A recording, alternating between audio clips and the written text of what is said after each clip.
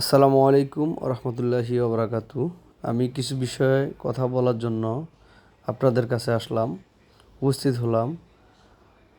তো এই জায়গাটা হয়েছে Sreepur Hasan colony, EPZ EPZ থেকে একটু সামনে, ইপিজেড রোড মহাসড়ক পাশেই দেখেন হাজারো ময়লার ভাগাড়।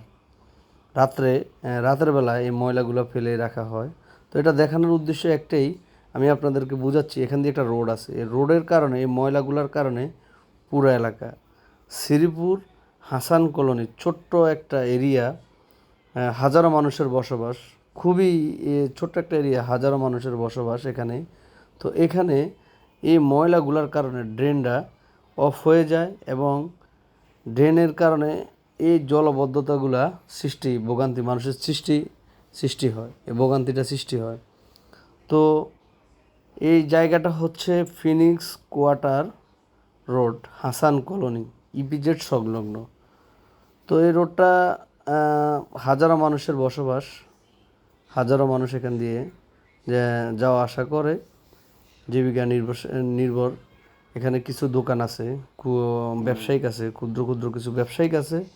তো ওদের খুব খারাপ অবস্থায়, দেখেন দোকানগুলা খুবই খারাপ অবস্থা।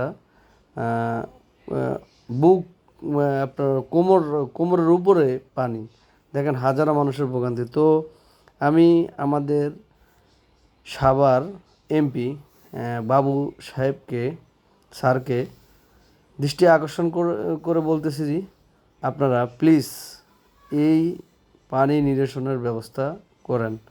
এটা প্রায় এই এলাকার মানুষ 5 থেকে 7 বছর এভাবে ভুগতেছে।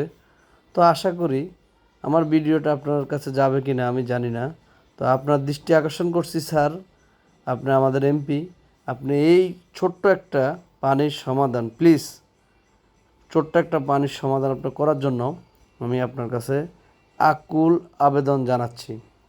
যদি সম্ভব হয় আপনি আমাদের এই ব্যবস্থাটুকু করে দেন। আমরা হাজারো মানুষ এখানে, ব্যবসায়িক কিছু, ছোট ব্যবসায়িক কিছু মানুষ, এই আমরা ভোগান্তিতে আছি।